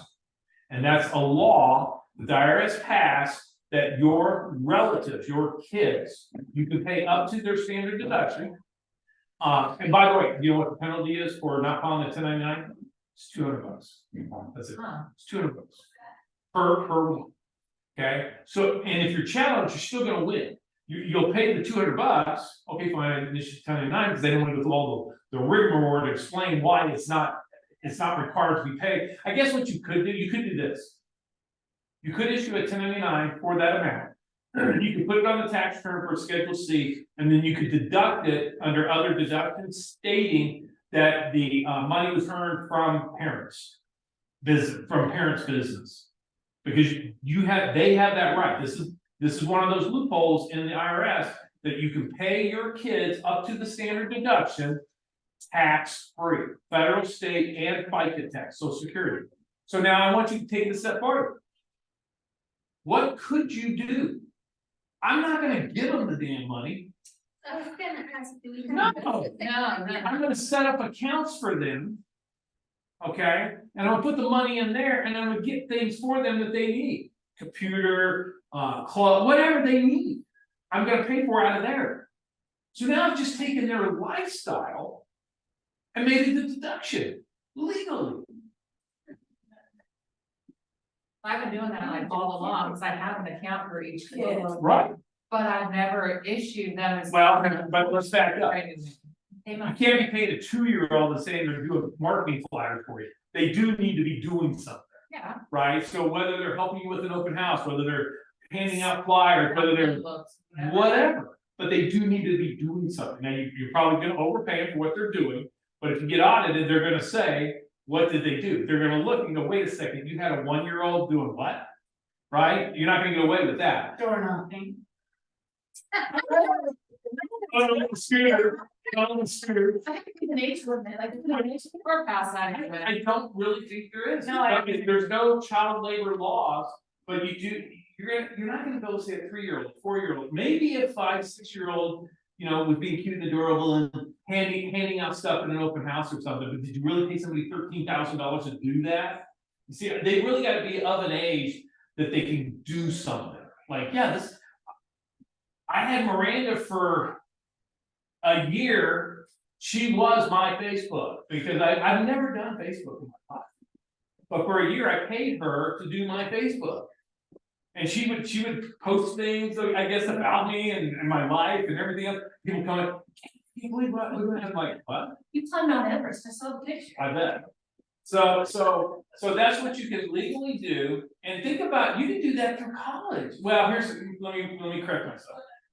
You can do that as long as you claim them as a dependent. Once they're not a dependent, then you're not gonna have that loophole. My tax guy was saying that he would issue them a W-2. I've never heard, I've just never heard of issuing a W-2 like that. Keep moving, so just keep going back and forth. Stop moving, Keith. It's kind of funny, you guys go back and forth. Unless you're confused on what kind of entity. Yeah, if you're an actual entity, then it is a W-2, that's the benefit of sole proprietor, not the benefit of the corporation. So I do have an LLC. Are you filing a separate return, K1? No. I don't know why, And then this, it just says. Is your CPA very conservative? Okay, then that is the answer to the question. I've never heard of doing something like that, that seems completely unnecessary, and look on there, and if you did a W-2, you pay social security tax, and you do not pay social security tax on relatives.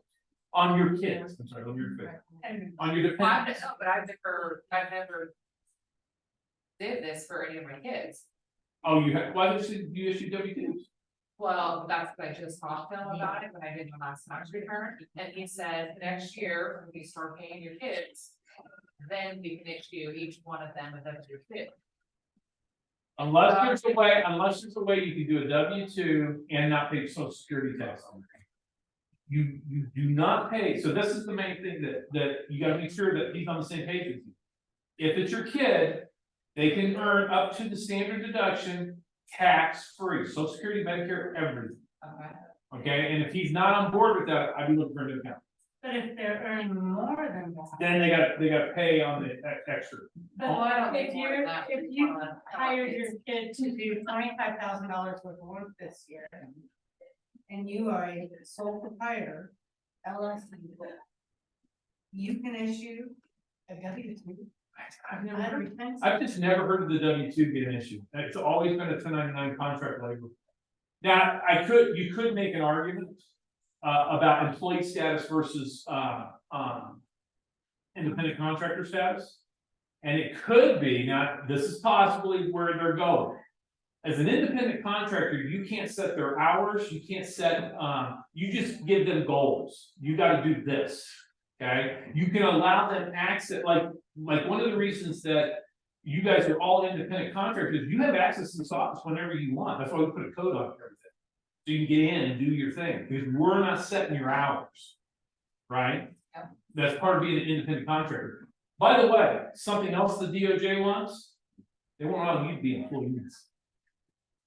But I'm just telling you that's one of the things they want. They want to dismantle, decouple NAR, so there's not that politically lobbyists out there, and they want brokers to be employees. More taxes, everything's about more taxes in the end.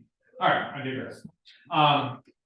Yeah, so I've never heard of W-2 with kids. But I will tell you this, after the standard deduction, they're paying full boat. You're paying federal, state, FICA, everything. So the best way to do it, in my opinion, is you just issue a 1099. You put the amount on the Schedule C and you take off the standard deduction, and whatever's left, what's tax you're gonna be paying on. So if you go over the standard deduction. So if I just say, okay, I'm paying each one of my kids $1,000 a month, here are your tasks to do each month, then you're getting $1,200 a year. Has to be business related. Can't be make your bed, that's chores. Okay, it's gotta be business related, Okay. and the answer is yes, you can do that. Yep, my name's Kevin, and I did do that. Until I incorporated. Even if it only ends up being $12,000, you don't even have to do a 1099, it's a $200 fine. Yeah, and that's, but, and then you're not filing, then you're not having to file their tax returns, because if you do the 1099, you will have to file a tax return. Are you all up? Capital system, you're gonna look for that I income. don't wanna do that. So you just use You it just as do. a business expense and you don't write it in. Yeah, so what she's saying is what I do. I am not counseling you or advising you to not do it the right way, but it's a $200 fine per person. It used to be really great, it used to be $25, and then they upped it when they realized people were really blowing it off. Now you gotta really kind of think about it, And my accountant tried to make $50 to stand out at 1099. So the fine was actually at one time less than paying somebody. Per 1099? I think so. That's ridiculous. Alright, okay, let's get back to the sub S. So let's go through a scenario. Alright, so get your pens and papers out or whatever you're taking notes on.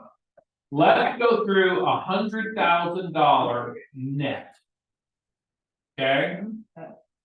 So what's the differences between sole proprietor and sub S? Let's start with sole proprietor. And we're gonna keep the things that are of equal nature out of it, like health insurance. It's gonna be equal for both, right? Now, what's the difference between sole proprietor and which is $100,000 and the sub S? Let's start with QBID. So sole proprietor, you're gonna have $100,000 net profit NP. You're gonna be able to deduct $20,000 off that $100,000 for the calculation of the federal income tax. Okay, boom. So that means you're left with $80,000 to be taxed. Now, just for argument's sake, let's assume that on $80,000, you have a step. Okay, and so let's take 20,000 off of that 80, and that'll take you down to 60. And off that 60, you're gonna take married filing joint. Is that okay with everybody? Just for purposes of this. So if you're single, you get half this. You're gonna take 25,000 off of that. These are real numbers. This is why I'm gonna say it's really, that's your standard deduction. Yeah, so what are we left with? 35? If I did math in my head right? So we got $35,000 left. $35,000 at 15% for federal, state, let's say 5, so take 20% of $35,000, and what do you get?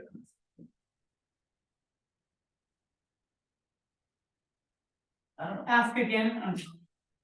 20% of 35,000, it should be like 10. Okay, so write 7,000 down. And then I want you to do a plus sign, and you're gonna add 7,625. $7,625. You're gonna add to that, okay? I'm sorry, not 7,000. What's 7.65% times 80,000? Do that math for me, somebody. Sorry. I can't, it's too much. We have a phone. Tell me one more time, 80,000. Times 0.0765. 6120. Okay, 6120, you add to that federal income tax of 7,000 something, whatever you guys come up with. And give me a total. What's total? 13,100. Okay, so now let's, yeah, so now let's do this, let's do the state. It's more than that, because I only did the 12.5 You only did 12.5, what do you mean? instead of the 25. Yeah, that's where you lost me too, because we're single. And so I cut it. Yeah, that's why I was saying, just stay with the married, you know, Yeah. just for purpose of this scenario. Okay, so now the next one is sub S. Okay, here's what's gonna happen with the sub S. I thought this was so bad. That's C corp.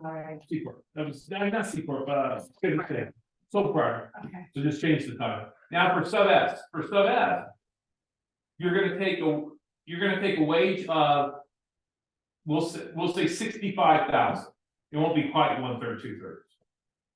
65,000, and on 65,000, let's just for argument's sake say you're gonna pay 500, so make this in a tax column, $500 for unemployment. Okay. You are gonna spend, we're gonna say like 5,000 more in dollars. Right, in the end, so now your net profit isn't really gonna be 35, it's gonna be 30,000. Okay, so your profit, your dividends are gonna be 30,000. And we're gonna take both those numbers, and on the 30,000, we're gonna subtract 20%, so $6,000. So subtract 6,000. And what's that number left? 24,000? 24 plus 65 is gonna be your total income that you're gonna take to your personal tax return. So what's that number add up to? 30,500. How much? Oh, 65,000. 89,000. 89,000, thank you, 89,000. Now, we're gonna deduct our SEP. Our SEP will be 25% of the 65,000. So somebody do the math. 25% of 65,000, that will be our SEP deduction. 13,000. What was the SEP deduction on the other? Oh, 13, 14, 16,000. There you go. So write down 16,250, you're gonna subtract off of that dividend or that total income of whatever that number was, 89,000, so subtract that number off to 89,000. What number do you get? 72,750. Now subtract 25,000, just stay with the 25,000, I know some of you are saying. Stay with 25,000, so we're comparing apples to apples, 25,000 or 25? 25,000, that's your standard deduction, subtract that off of it. 7,758 is what I got. Okay, multiply that times 20, 47,750. is that the number you got? Okay. Now multiply that times 20%, and tell me what number you get. 9550. Okay, so write that number down. That's your federal and state tax, 9550. 9,550. okay? What does that compare to with the other two, the other numbers on the other side? 13,120. So you're saving about $4,000. Right? So on $100,000, you're gonna save about $4,000 in taxes. You spent $5,000 for the additional help. That's why I'm saying that's about the break-even point, 100 to 130,000 roughly. That's about when you wanna start considering if you wanna do an entity or not. And it's a lot more headache. So that's. It is, that's why I'm saying That's worth you have to weigh it, you have to decide. That's fine, damn it. Well, but so now, I also have a payroll. but thinking. Tony's included. I did $5,000, yeah, I did plenty. So now put yourself in my shoes, or I'll put myself in your shoes. For me, 20,000, I'm doing it, because I have the skill sets. If you made a net 100, maybe it's not worth it. How about 200? Because now every dollar up is probably gonna be pure profit. How about 300? You can I mean, what's your goals? hire somebody to do it. Well, but I'm just saying, what's your goal income wise? Is your goal the goal that we hear from every broker that walks in the door, 100,000, 100,000, 100,000? Then you run the math. I guarantee you, 250, if you're saving $12,000, $15,000, $16,000 in taxes, that may change your mind at that point. You see what I'm saying? You just have to decide where the break-even point is for you for work versus savings. How much does it cost to become a CPA? Well, There's also another advantage What? of less risk. Oh, much less risk Oh. product, So even if it was substantially less risk. closer in number, That's the other reason I went to it immediately. Now, the only thing was when everybody got caught up in the $10 wage deal that we were all doing. You know, I was never audited on that, but we just changed because the CPA, we cannot be doing things that are against the rules, period. We can live in the dark, we can live in the gray, we can't live in the dark gray, right? And I don't live in the white, so I like the dark gray. so my CPA this last year must have gotten reprimanded or scared or something, but they made me do employment audit on myself to see what I should be paid. It happened to be exactly that. But I don't know if that was just a coincidence No, or not. I would say it was not a coincidence. They are holding CPAs to a higher level of accountability, from a funding standpoint. If you're not, like, if you're claiming, like, I've had to tell clients, you can't take $12,000 in wage and 36,000 in profit, you can't do that. Period, right? You're not gonna find anybody to work for $1,000 a month and do what you did.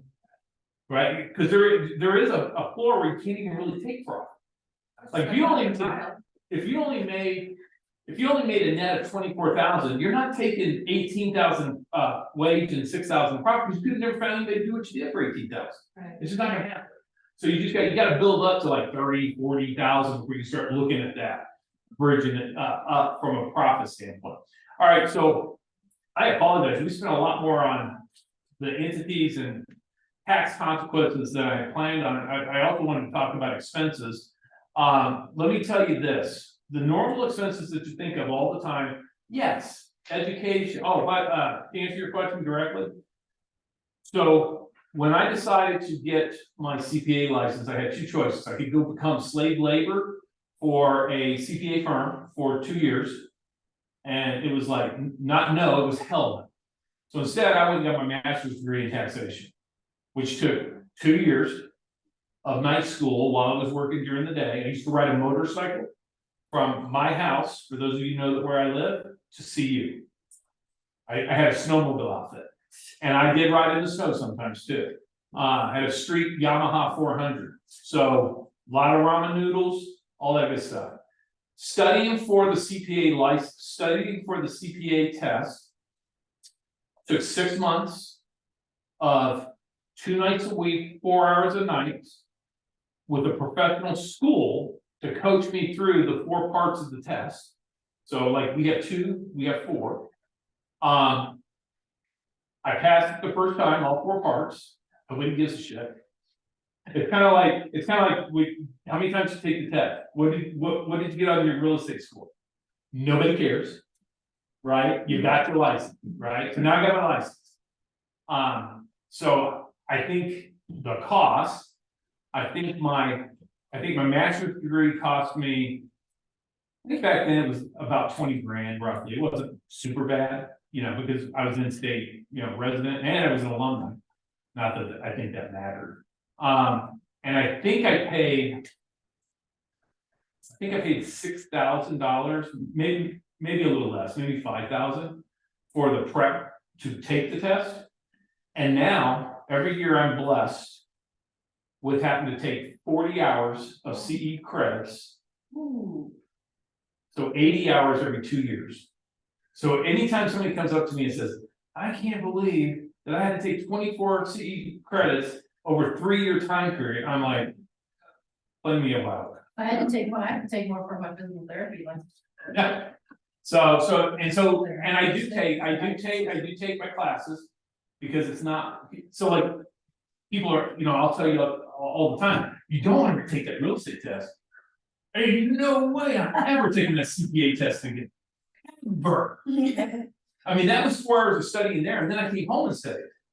Right? It was just, you had 4 hours of on-site tutelage, and then you went home and studied more and more and more. Kind of like, take the test again, take the test again, take the test again. That's what we did for CPA license. I was the last year they were allowed to use pencils and not a calculator. I'm sorry, I was the last year that they didn't use calculators. After that year, they started using calculators.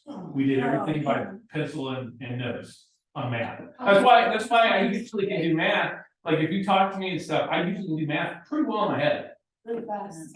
It's fairly fast, not as fast as I used to be, but fairly. All right, so expenses. I'm gonna hit the ones that a lot of people don't talk about. So I did get clarification for those of you that we had this discussion about meals. Here's the answer. I was wrong. And right. It's always nice to be wrong and right. I was wrong about meals. You can deduct business meals when you have the 5 W's: who, what, where, why, how much. Okay, 5 W's, and 3 of them are on the receipt. Obviously it's business oriented, so you take the clients out. We used to do a thing where we had these 5 associates and we take turns buying each other lunches. That was probably getting dark gray at that point. But we did talk business mostly. The entertainment I was right on. So you can't write off the baseball tickets, you can't write off basketball, you can't do it anymore. Even if you have a person you're entertaining and taking to it, even if you're there, like, used to, we could give tickets to somebody, you can't do it.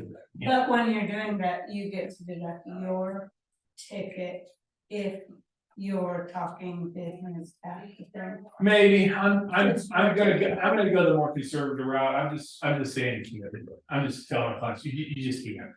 Hey, Kevin? Hey, Kevin? Yeah, go ahead. Can't can't them be a marketing expense? You know, I gotta be honest, so when I was out of town, I took a lot of classes to get caught up, and the one I took, it was like, no. You can't write it off at all. They've just literally taken entertainment away. Marketing. But food we can't, so I feel better about like Christmas parties, things like that. But so what we've been doing, for those of you who don't know, is when we take you to the baseball game, we can't write that off, so we've been doing this, we've been using the COVID fund on the balance sheet. So we still have a pretty nice balance in there that we're just gonna keep using for things for the workers. So on meals, you say it's 50%. deductible, but 50%. 50%, yeah, still 50%, unless you're in the food business, like when I had the restaurant, I could actually go eat at other places. Right, 100% off, so I was just, checking out the competition. And the 50% is off if you're paying and there are Business, 3 business associates that you, whoever, or yeah, clients. yeah. What's the one where I can deduct my whole meal? I'm not aware of any. Even travel food, you gotta do 50% when you go to the seminars and things like that, it's still 50%. Yeah. That's why you gotta keep track of your travel separate from your travel food. So travel food and meals, business meals are 50%. And they've been that way a long time. I just thought when they got rid of entertainment, it got rid of the meals too. I'm not gonna go back and, yeah. All right, so. Second one, home office. You have to have a home office, period. Because if you don't have a home office, then that means when you leave your house, you're commuting. You don't get to write off your mileage or your vehicle expense, and that's critical. So yes, you can have multiple offices. So if you have a home office and an office somewhere else, yes, you can write that off. If you have an office, I have an office in 3 locations, right? I have one at the house, I have one in Conifer, and I have one in Evergreen. Okay, and so everything I do is business related with one of my vehicles. You have to decide whether you're gonna go actual miles or actual costs. Here's the difference, and you can't flip flop back and forth. You gotta make a decision when you buy the vehicle. If you are if your habit is that you like to get a newer car, because once the car starts to get 5-6 years old, it starts to nickel and dime you, you're like, screw this, I'll go get a new car. Then you want to do mileage. If you're like me, that you drive a car to literally, and this just happened yesterday, that's why I'm driving a different car today. My truck's going along, check engine light comes on, and I have no power. And so I kind of cruise off to the side, and this is during rush hour, and then it came back, and I was like, all right, so it didn't do it again. I got to Castle Rock, I came out, started it. I think I was leaving at 6 o'clock, it's night, and my left blinker, my left front light is now flashing. And I did that because I put on these aftermarket LEDs, we got tired of little Volkswagens that would outlight me on the big old truck. And I'm like blinded and can't see past them, so I had to get this for a defense. It's great. And it's still not as bright as some of these people's. I'm gonna add fog lights. I may even get one of those damn light bars. Light bar, man. Yeah. And so I my truck is an 03. So I do actual expenses because I've dropped the transmission in, I've redone engine mounts, all kinds. I haven't rebuilt the engine's still the best thing up the vehicle, seriously. I mean, it's a diesel, it's for 400,000, it's finally getting broken in. But everything else will fall apart around it. So then you do actual expenses. And you gotta make a decision when you buy a vehicle. If you buy a vehicle that is 7,500, basically a 3/4 ton or bigger, you can section 179 that vehicle, but if it's less than that, it's considered a luxury vehicle and the depreciation takes longer for the actual expenses. What else? I don't know what that meant, but if I'm never keeping a car more than. Take actual, I would do actual mileage. And by the way, you do have to keep a mileage log for either way. The IRS allows for you to, can you say it? Contemporaneously? Contemporaneously, I can never say it. Contemporaneously, yeah. Which all that means is the IRS allows for you to go back and reconstruct the law. Okay, so for example, I don't track the law every day. I don't track where I go. I have a beginning mileage and an ending mileage for the year. And then if you go to my calendar, if anybody's ever looked at my calendar, I just did. what's my calendar look like? It's a little bit awful. So it's very detailed as to what I did, when I did it, where was I, where did I go? You will know, I will be able to go back and reconstruct a mileage, a real one, and I will have supporting data to show it. If you're not one of those people, then I suggest you get one of those programs, those apps that just track you everywhere you go. I can go to business. Yep, and that's fine. Actually,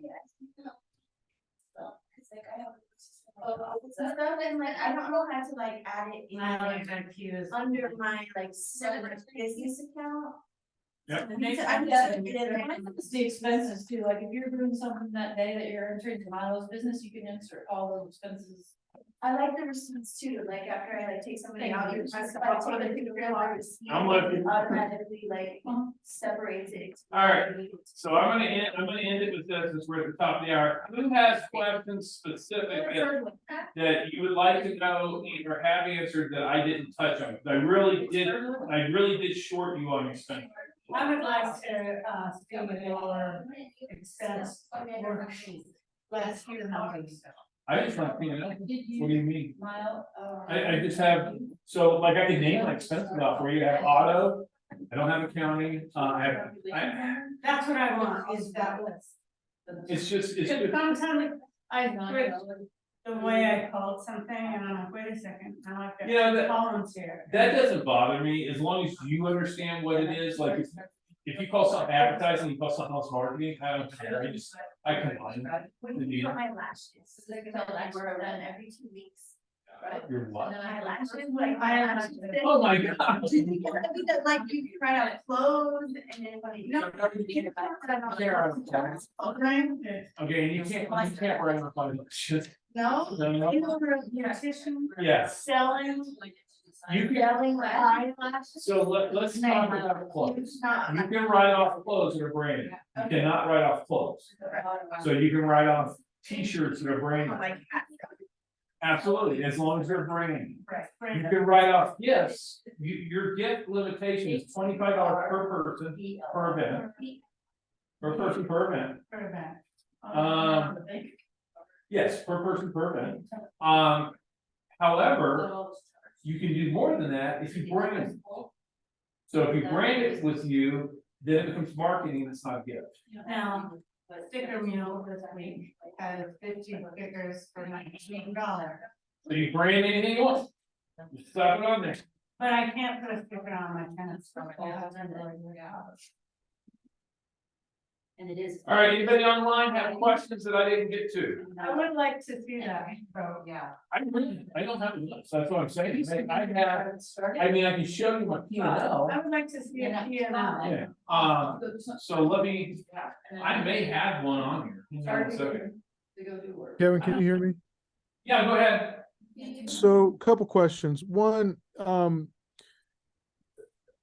so you were saying that you're tracking mileage to and from the office. Absolutely.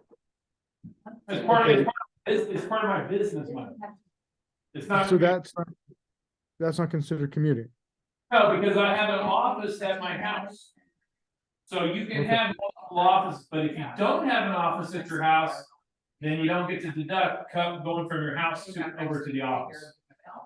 All right, so, And an office in the house can be a desk in the guest bedroom. It can't be the dining room table, but it can be just a little place that is designated for the office, a desk. You bring your laptop out, whatever, but you can't use the dining room table. They forbid that.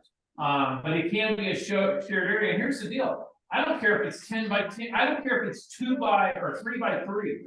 It's not about the deduction for the house. It's about making sure you get your business deduction in your vehicle. okay.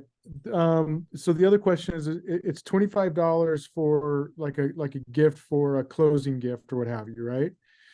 What about, because there was class, I don't know, a while back. What about paying for warranty, like a home warranty? Is that So it's not a gift, it's a client cost, so that is perfectly fine.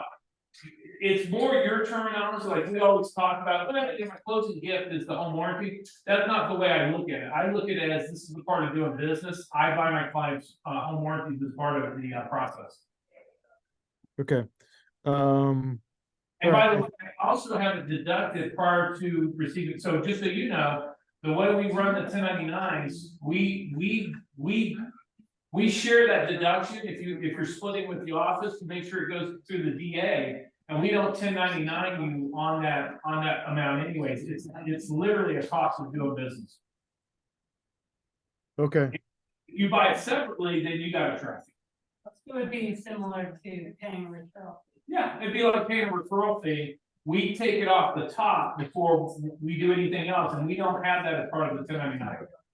right, yeah, I've done that right. But yeah, the warranty, I need to figure out if I'm doing that correctly. I haven't bought one. I don't think I've bought one this year, so I think I'm okay.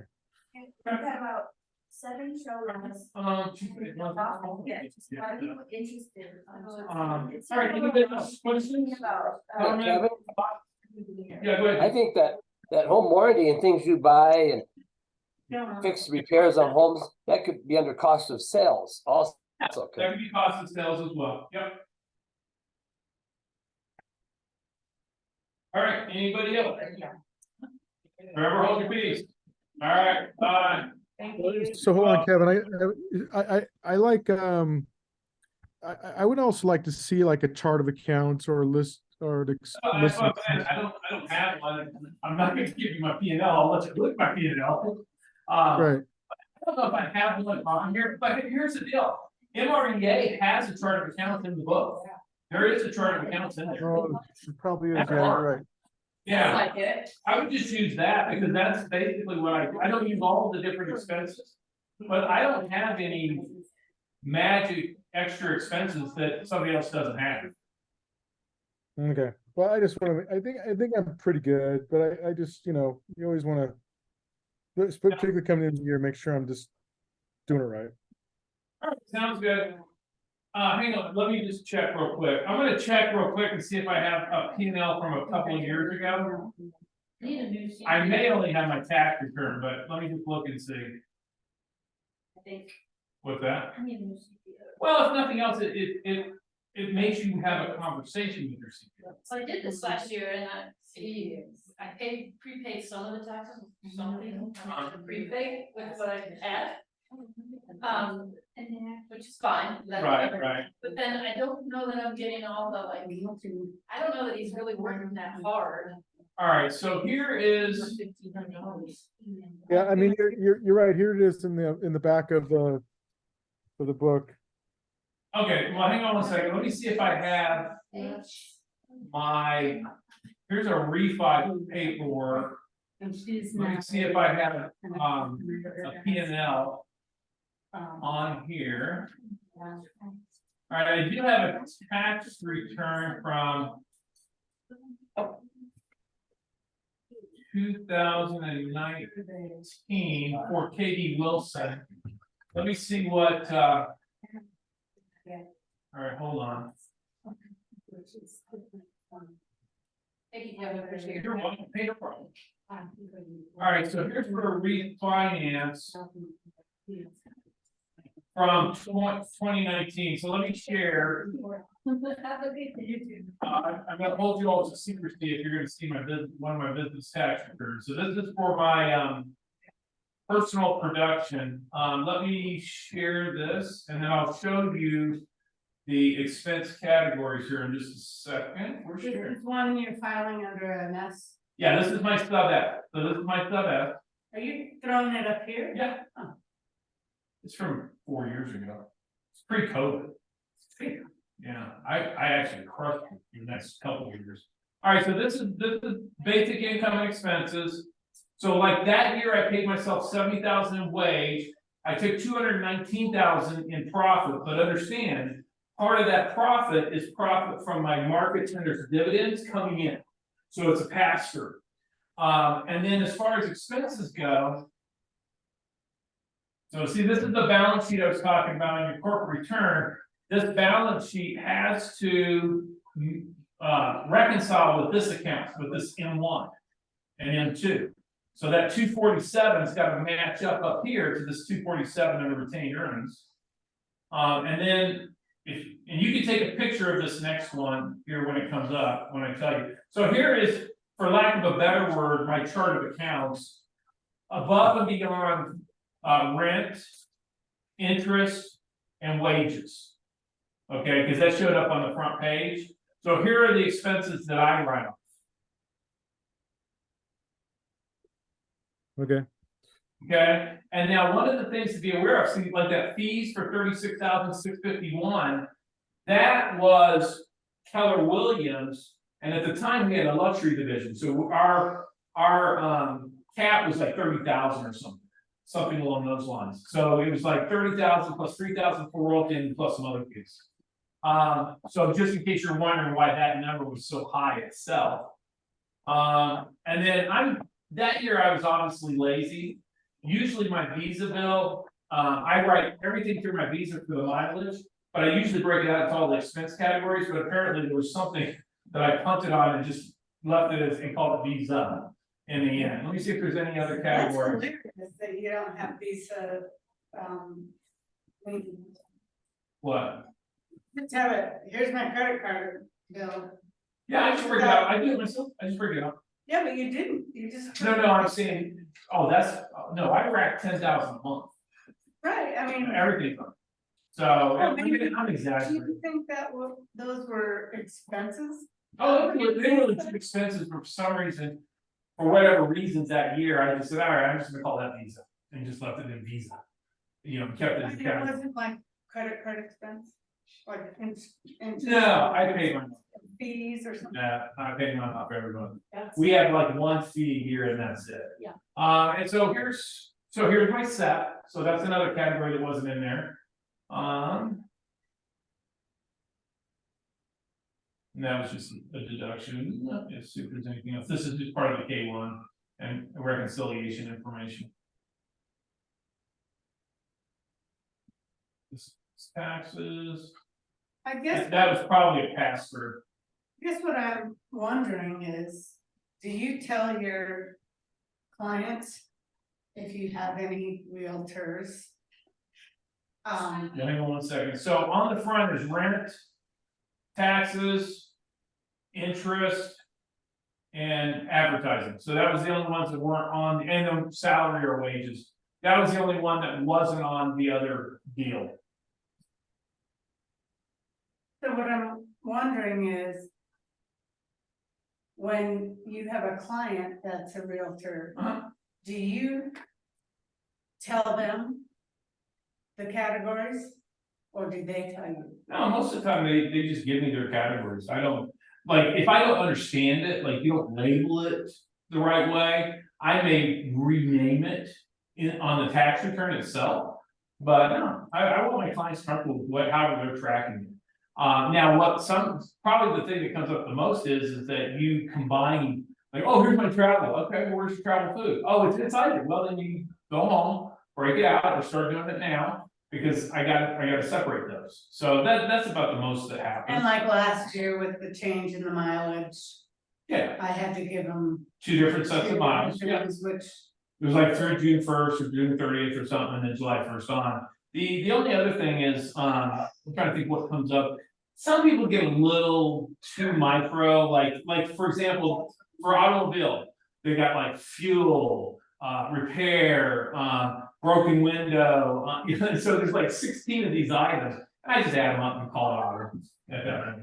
Now, sometimes if it's a ridiculous amount, I might take the insurance out and separate it out, so the auto insurance goes under insurance instead of up there, or I might pull the fuel out and put it under fuel, right? Because that category is there. So that's it. No magic, I don't think you're gonna find anything in those categories that's like, wow, look, that's a new expense. There's not gonna be anything like that. no, I think I get too detailed, and then it takes me. But here's what I tell my clients. You need it as detailed as you need it for your business plan. I consolidate this stuff because I don't need that much detail on a tax return. That's all. Not a big deal. So Kevin, a couple questions. All right, so if I'm claiming mileage though, I can't claim the insurance. It's just mileage or the expenses. Just mileage and nothing else. So it's 7 cents or whatever it is, and that covers everything. If you're doing everything, then that means car washes, repairs, insurance, new tires, adding things to the vehicle, like I put a topper on it or whatever on the truck, all of that gets written off. Okay.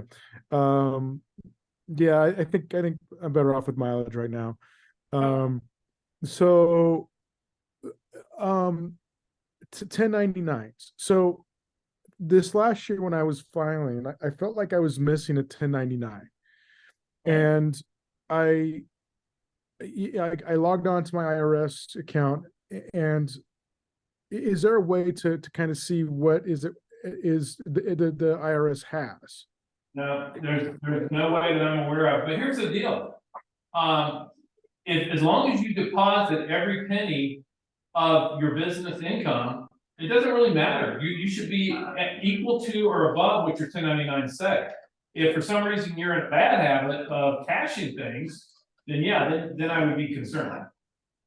Yeah, no, I'm not, I don't have a problem there, but it was a small 1099. It was for like, I don't know, it was like a rent thing or something like that. So I wasn't too concerned about it, but Well, I can assure you 100% that if you come up short on your tax return, so here's a trick, okay? If you think you're short, this is a trick. You figure out what your income is and write the number down, and then whatever the number was for the thing that you think you may have missed, but you feel confident you deposited, but you're worried that you're gonna get one of those mail audits. Add an extra $100 for your income, and then subtract the $100 off as miscellaneous or whatever. And because they're only comparing the top line, not the bottom line. So now you keep yourself from getting sent a mail audit. okay. Okay. All right. All right. Good. All Thanks, right. Doc. Have a good day. Thank you. You're welcome. And I have a question about APRs in my case. Uh, Say one day I wanted to revert. I shut down my kid's sub S that he got the penalty on, effective the beginning of the year or whatever that year. Here's the deal. No, I take that back. It's not retroactive. You can retroactive activate one, you can't retroactive cease one. So they treat that as if you were that way the whole year. What you may be able to do, you could probably get away with filing zeros on the sub S and close it out and then file a sole proprietorship. You could probably get away with that. Right? Because you filed a return, no activity, you showed your income as a sole proprietor. And I've never heard of anybody, any auditor going, well, I want her to be back in the entity that can save her money. Right. You're welcome. I mean, I don't know why I would ever do that. Yeah, and that's what I'm saying, that's why I've never been asked that question, it's like. Yeah, I just worry like this year. And maybe next year, yeah, but you'll still have, I don't know. but, and here's the problem, the problem I'm gonna have is, I may not charge you $500. But I ain't charging you $20 either. I'm gonna charge you for, I still gotta fill out some stuff on tax. I still gotta file it, I'm still responsible for it. Right. So I'm still going to, charge it. Like I said, it may not be full boat, but it ain't gonna be free. It'll be somewhere in between, probably a couple $100. Be my guess. Yeah. Yep. Whatever they charge me, I pay it. I mean. I get it. I get it. Hey, you're welcome.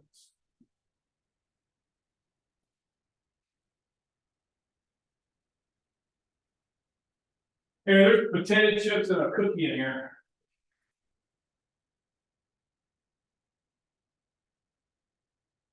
Is this touchscreen?